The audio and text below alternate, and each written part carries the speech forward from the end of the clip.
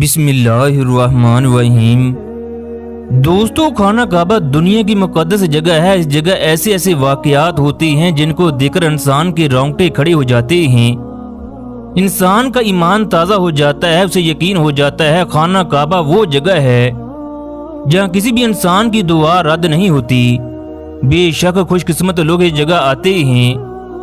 خانہ کعبہ وہ جگہ ہے جہاں آپ صلی اللہ علیہ وآلہ وسلم نے پہلی دفعہ نماز ادا کی۔ اس کا نقشہ جبرائیل علیہ السلام نے تیار کیا۔ پہلا پتھر آدم علیہ السلام نے لگایا، پھر جبرائیل علیہ السلام، اماں ہوا اور آدم علیہ السلام نے پہلی دفعہ اس کا طواف کیا۔ خانہ کعبہ ایک ایسی جگہ ہے جہاں زانی، ڈاکو، شرابی، ہر قسم کے لوگ اللہ سے اپنے گناہوں کی معافیاں مانگنے آتے ہیں۔ لاہور کی ایک عیاش امیر لڑکی نے خانہ کعبہ میں جا کر شادی کرنے کی کون سی شرائط رکھیں، پھر عیاش زانی لڑکی نے اس کے ساتھ کیا کیا، اس بارے میں بھی بات کریں گے۔ دوستو، زنا ایک قرض ہے اور یہ قرض زنا کرنے والے کی بیٹی، ماں، بہن کو ادا کرنا پڑتا ہے۔ نبی اکرم صلی اللہ علیہ وآلہ وسلم نے فرمایا، زانی کو اس کی شرمگاہ کی پیپ لائی جائے گی۔ خانہ کعبہ میں طواف کرتے ہوئے میری ایک پرانے دوست سے ملاقات ہوئی۔ طواف کے بعد ہم ایک جگہ بیٹھ گئے۔ حال و حوال پوچھنے کے بعد معلوم ہوا جناب نے 5 ماہ قبل ہی شادی کی ہے۔ یہ ان دوستوں میں سے تھا جسے فلمی دنیا میں کام کرنے کے لیے ہر حد تک جانا منظور تھا۔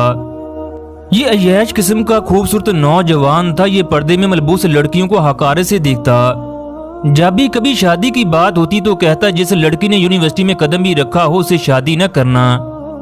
وہ ایسا اس لیے کہتا کہ شاید ہی یونیورسٹی کی کوئی ایسی لڑکی ہو جس کی لڑکوں سے دوستی نہ ہو۔ میں اس کی باتوں پر ہنس دیتا اور کہا کرتا، پردہ کرنے والی لڑکیاں تمہیں زہر لگتی ہیں، جبکہ یونیورسٹی جانے والی لڑکیوں سے شادی نہیں کرنی۔ سیدھی طرح کیوں نہیں کہتے کہ شادی نہیں کرنی؟ پھر ہم کھانا کھانے کے لیے مکہ سے باہر ہوٹل پر آ گئے۔ پھر میں نے اسے پوچھا، بابی کتنا پڑھی ہے؟ اس نے کہا اس نے MBA کیا ہے۔ میں نے کہکا لگاتے ہوئے پوچھا، آپ نے تو کہا تھا پڑھی لکھی لڑکی سے شادی نہیں کرنا۔ اس نے مسکراتے ہوئے جواب دیا، یار وقت کی بات ہے، وقت بہت کچھ سکھا دیتا ہے۔ جانتا ہے میں نے جس لڑکی سے شادی کی وہ اپنے ڈپارٹمنٹ میں کرپٹ لڑکی مانی جاتی تھی۔ میں حیرت سے اسے دیکھنے لگا، کیا کوئی ایسی لڑکی سے بھی شادی کر سکتا ہے؟ اس نے ایک لمبی ہاں بھری اور کہنے لگا، میری بیوی نے مجھے بتایا شادی سے پہلے وہ ایک دن موبائل پر فیس بک کو دیکھ رہی تھی۔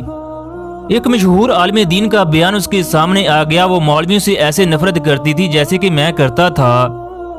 نہ جانے اس کے دل میں کیا خیال آیا، اس نے بیان سننا شروع کر دیا۔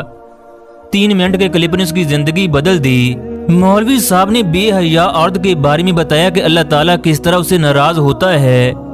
وہ عورت اللہ کی رحمت سے دور ہوتی ہے، قبر کی تنہائی میں اسے دردناک عذاب دیا جائے گا۔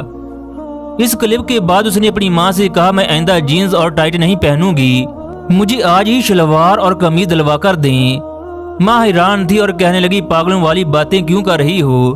لیکن وہ اپنی بات پر باضد تھی۔ اس نے شلوار قمیض پہننا شروع کر دی اور عالم دین کے بیان سننے شروع کر دیے۔ ایک دن اس نے مکمل پردے کا فیصلہ کر لیا۔ اس کی والدہ نے خوب ڈانٹا، تمام گھر والوں نے مخالفت کی، لیکن اس نے ہار نہ مانی اور پردہ کرنا شروع کر دیا۔ اس کی ماں تانے دیتی، ایسی لڑکیوں سے کوئی بھی شادی نہیں کرتا۔ میرا دوست کہنے لگا، میری بیوی نے بتایا 3 سال تک میرا رشتہ نہ ہوا۔ اس کی وجہ میرا پردہ نہیں بلکہ میرا ماضی تھا۔ لوگ میرا ماضی بولنے کو کبھی بھی تیار نہ تھے۔ میرا پارٹیز میں جانا، چست لباس پہننا اور آوارہ گردی کرنا وغیرہ۔ میں رو رو کر اللہ سے التجا کرتی، یا اللہ میں تیری آزمائش کے سامنے بہت کمزور ہوں۔ میں نے خود کو تو بدل لیا ہے لیکن لوگ مجھے ماضی کے تانے دیتے ہیں۔ یا اللہ اب تو میرا ماتھا تیرے سامنے جھکنے سے روشن ہے۔ یہ کہتے ہی میرا دوست خاموش ہو گیا۔ اس کی آنکھوں میں نمی تھی جبکہ لب ہلانے کی ہمت نہیں پا رہا تھا۔ میں نے مسکراتے ہوئے پوچھا، ساری باتیں چھوڑو، تم اور عمرہ اور یہ داڑھی کیسے رکھی؟ وہ میری طرف دیکھ کر کہنے لگا، میں بھی اپنی بیوی کی طرح بدلا، میرے ساتھ بھی کچھ ایسا ہی ہوا اور میری دنیا بدل گئی۔ میں علماء کے خلاف بکواس کرتا تھا۔ ایک دن میرا ایک دوست زبردستی مجھے ایک محفل میں لے گیا۔ میں ہمیشہ چست اور گھٹیا لباس والی عورتوں سے نفرت کرتا تھا۔ میں نے اس عالم کے پاس اسی طرح کی بات کر دی۔ اس نے فوراً کہا، گناہ سے نفرت کرو، گناہ گار سے نہیں۔ تمہیں دکھائی نہیں دیتا کتنی مسلمان لڑکیاں خراب زندگی کو چھوڑ کر اللہ کی فرما برداری کر رہی ہیں؟ لوگ ان کا ماضی نہیں بھولتے، وہ سجدوں میں اللہ سے رو رو کر دعائیں مانگتی ہیں۔ یاد رکھنا، اگر اللہ موقع دے تو ایسی لڑکی سے فوراً نکاح کر لینا۔